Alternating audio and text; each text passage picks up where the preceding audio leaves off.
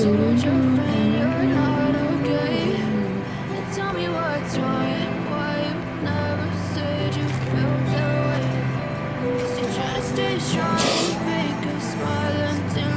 as you believe in God, a certain type of religion doesn't matter. Yeah, that's what I say. The religion isn't what connects me to Him. It's me and Him. The religion is just something extra.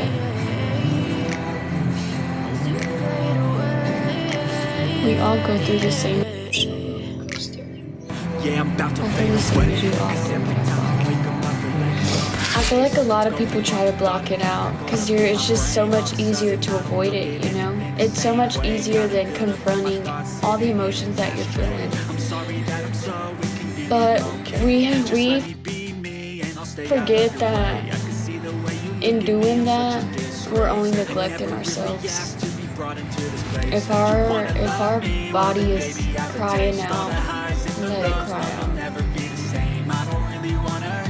Because usually that's God sending healing over us, and we're trying to push it away. Because ultimately, the only way you can heal is by putting yourself back in that moment and basically reliving it. You gotta relive your worst moments mentally to be able to get on top of them, if that makes sense. And it's not even a matter of having control, because having control is not believing in God. There's absolutely no way we can control anything. So, I don't know, I remember I used to always shut out my feelings. Like, I would hate crying or being soft or telling people how I felt, because I didn't want people to feel bad for me. I didn't want anybody to worry about me. But in doing the complete opposite of that and finally learning to open up and knowing that it's okay to cry and share my experiences and my grief with other people, God has put people in my life for certain reasons, and the people around me are here based off of the energy that I put out.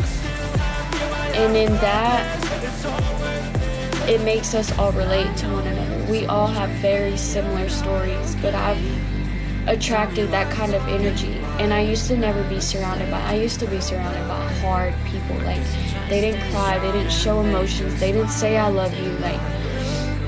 But now I feel like I'm surrounded by a lot of vulnerable people who get it. They just get it. You gotta feel things to heal it. That's the only way. That's the only way out. You can't run away from it, because it doesn't just disappear. It might go to sleep for a little bit, but ultimately it's always gonna be there. It'll always be a part of you until you recognize it, until you address it, and you take care of it, if that makes sense.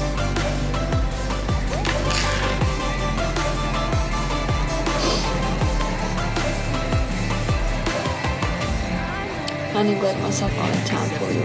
Yeah, that's me, literally.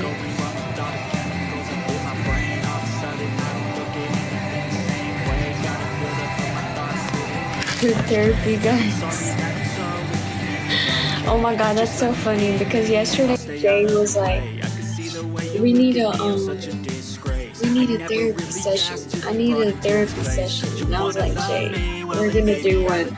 Little did I know, literally I told him, I was like, don't worry, we're gonna be doing one here soon. And then I wake up today feeling like this. Giving speeches.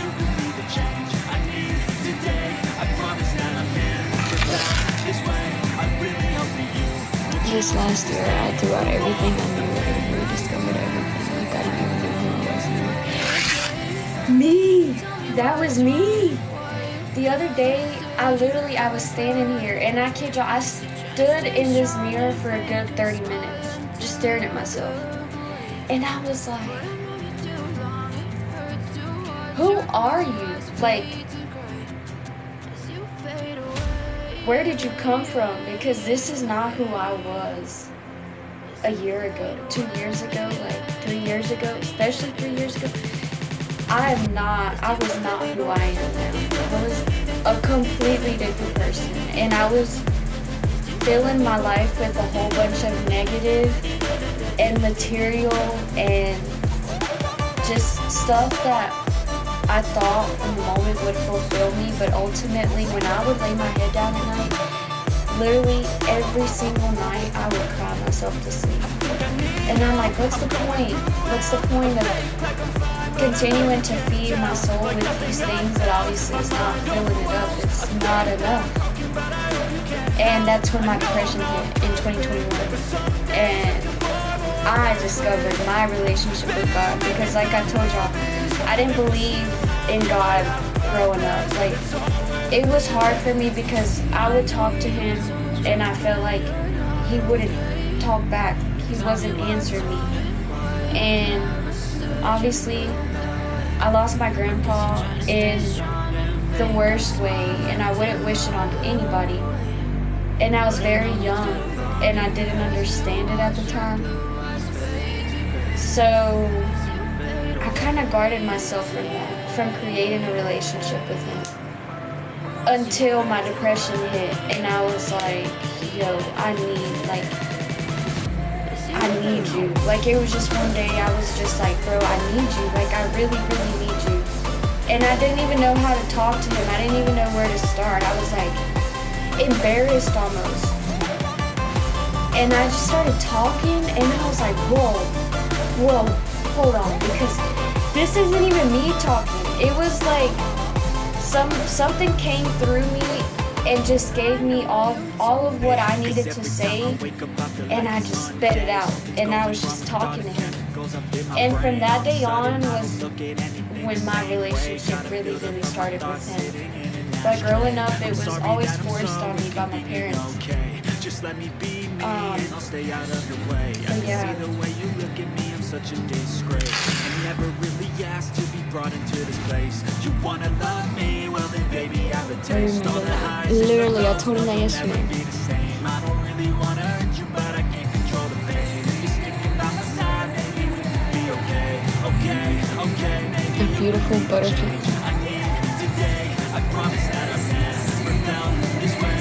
I really hope that you choose to stay through all the pain.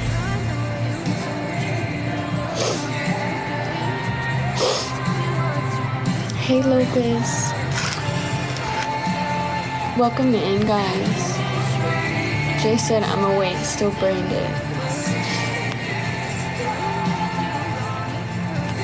He's tired from all his orders. His brain's trying to rest. I find caffeine is a great stimulant.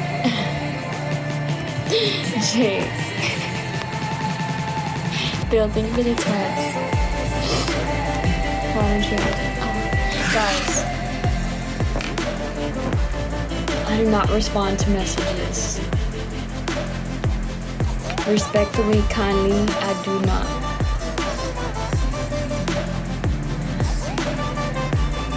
I do have Instagram.